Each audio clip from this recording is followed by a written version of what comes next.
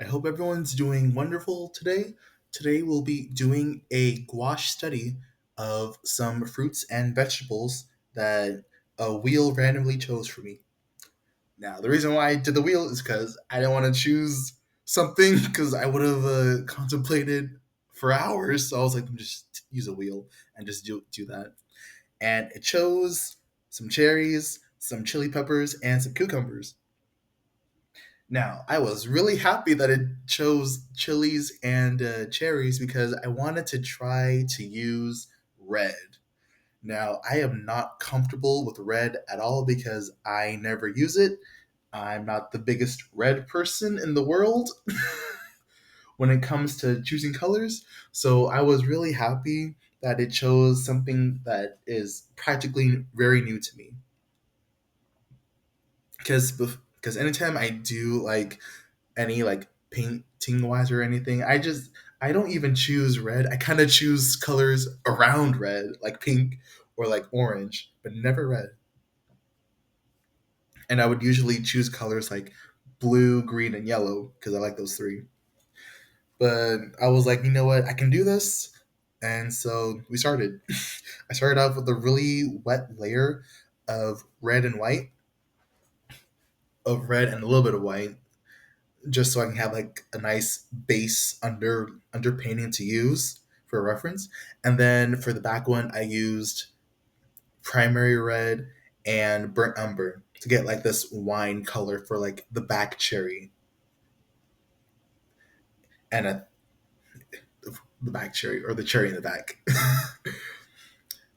Honestly, now that I'm looking at it, I should have used like a different color for like the underpainting just so when everything is finished and done and it'll have like a nice contrast in it to see like to have like that artist look to it, you know? But it's fine for now. And after like everything was dried here, I went ahead and added like a light red layer on top and then another darkish red layer on the bottom of the cherry just so I can like mix them later to have like a nice gradient from top to bottom. And afterwards, like after like the paint dries and all, it'll look a lot better. Especially, and I'm really glad I got like this mini flat brush. It really helped me to make like really nice lines and strokes for the cherries here.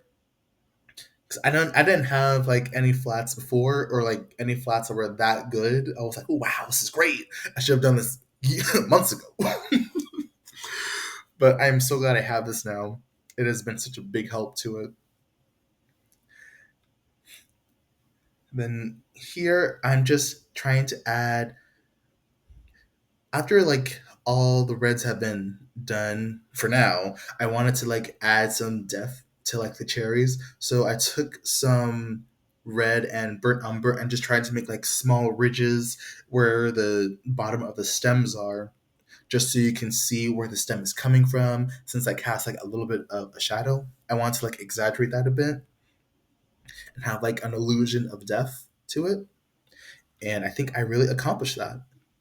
For that back cherry, it was looking a little dark, so I wanted to add a lighter layer on top of it to help brighten up a bit. And just so it doesn't have like really weird contrast with the cherry in the front. Because the cherry in the front, that one looks really good if I say so myself. So I was like, hey, let me try and help this out a bit. After both of the cherries dried a bit, I made sure my brush was dry and then I added a little bit of water to it just so I could try and lift some of the color and make it poke out a bit more, just so you can see like some natural shine of the cherry. And I know cherries are not really like that shiny because it'll plastic, but this is an artist rendition. I can do whatever I want. So after I added like the color to like the stems and all, I was just trying to like make sure like my lines of the cherries were like really uh like a round and all, and not like straight laced and everything. I was really scared of adding highlights to stuff because when I did it for like the blueberries I did before and pears, it didn't look good. So I was like, oh, what am I gonna do? So I just added like this light pink layer on top of it just to see like where the highlights would go and see how it'll look. After a bit, I kind of added a little more red to it to like those highlighted parts just to cover it up a bit, and then put a good layer of white. So I was like, you know what? Let me just do it. And I think it turned out pretty well. Here, I'm just trying to give the cherries an illusion of depth to it, especially the one in the front. Just so you can, just because you can see like where the stem is going into and all. And I just want to show like, wow, like how the cherry is curved and all here. And then here, I'm just trying to add some shadows to the cherries just so it doesn't look like it's standing on nothing. I used ultramarine and burnt umber for the shadows. I wanted to make it a little purpley, but I forgot to add the red to it. I think I was just tired of using red all that much, so I was like, no, you know what? I'll just use some burnt umber and ultramarine and call it a day. Now, as you can see, it looks like the chili peppers are done. They are for now, but I just want to skip it because I didn't record it, and also I didn't like it. So we're skipping along to the cucumbers. Now, with the cucumbers, I was really happy with that first layer I have. It was like this really cool light green color to it. It looks really good. It looks really good. I was so impressed on what I did with it. I was like, oh, wow, look at me. I'm mixing colors super well. And like I was also kind of scared too because it's been like days since I've done like the chili pepper, and I was really anxious to see if I would even do the cucumbers well. But but when I started it, I was like, wow, I'm on a roll. I was just getting through things super easily. My brain was working that night. I was like, wow, look at me. I was so happy with it. Then here I'm adding like this viridian color I mixed with I think I used like a middle. I used medium green and ultramarine to get that color. Or it was like 75% medium green, no ultramarine, and 25% medium green to get that darkish viridian color. And it looks pretty good. I was just using that to make like small ridges in the cucumbers. I know cucumbers don't have ridges, but like I want to make them like the edges like kind of crisp, kind of not. I just want to have like give like an illusion of depth later on in the painting that you'll see. And then here I am just darkening the the skin of the cucumber just to have like some shadows to it. I'm mostly showing like the first and the second cucumber since the two in the back are kind of like afterthoughts, or not afterthoughts per se. It's just like the same thing four times, and I got used to like, and I found like a process of like doing it, and I was like, oh wow, I can just show the first two, and the rest and the back will just be done essentially. And then here I am adding the seeds of the cucumbers, or like the illusion of the seeds.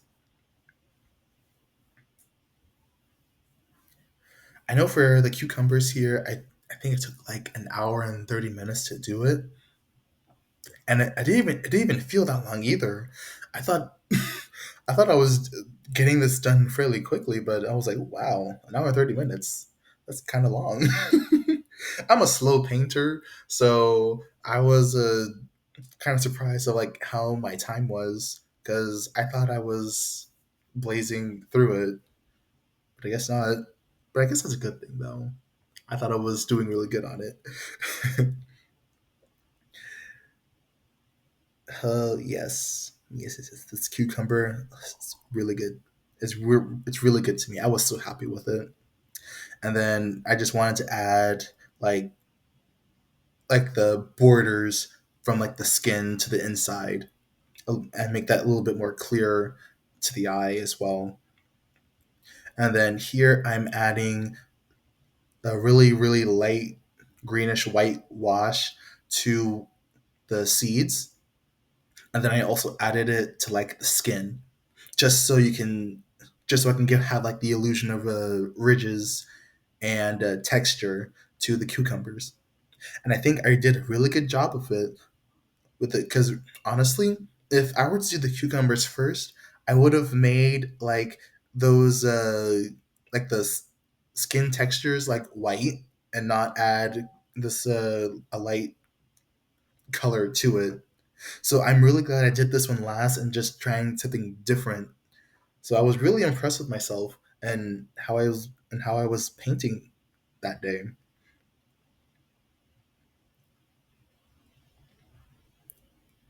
Yep, here I am just doing a little bit more. No, like I know my background is mostly in like drawing with a pencil and everything. So I think I was just trying to like do it similar to how I would do it drawing with a pencil and shading with a pencil. So, and I think it kind of worked out for me here. Those skills translated, and I was like, wow, look at me. I'm an artist, I'm a painter. So I was really happy with how I did this. Um, and just and that flat brush, that the flat brush was so helpful. I'm so glad I got it. I was just adding all these really small details to everything, and like the shadows here too. That small flat one really helped me and all.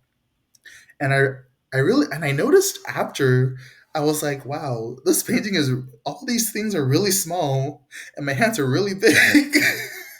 So I was really trying to get all those small parts with it with my giant ass fingers. I'm so glad everything worked out the way it worked out so well. I'm really, because if you because like if you would see me in like a bird's eye view, you'd be like, why is this guy crunching all over his stuff? And I'm like, leave me alone. but like after but after I was done using like the flat brush, I looked at my brushes and I was like, wait, I have a spotter. Why haven't I been using my spotter? And there wasn't much for me to do with the spotter. I was kind of just adding like some small lines and a little bit of small shadows to the paintings, just so it can have like some small details to it. You can barely see it in the video, but like in person, you can see like some really good small differences that would help make the painting look a lot better. But honestly, even without the spotter, everything was looking pretty good here too. And when I was again thinking about this more, I should have used like another underlayer or underpainting for this one. I probably should have used like a red or a pink, just so I can make it like look bright. But can't change that now. But I think that looks pretty good. Now we're going on to the chili peppers. Now these ones here, these were a disappointment. I spent most of my time on this one here, and I tried using like that dark cherry red color for it, but it didn't work. I think I muddied the colors a bit, so that's why it looks so dark there, or that's why it looks so dark and not like fleshed out or anything.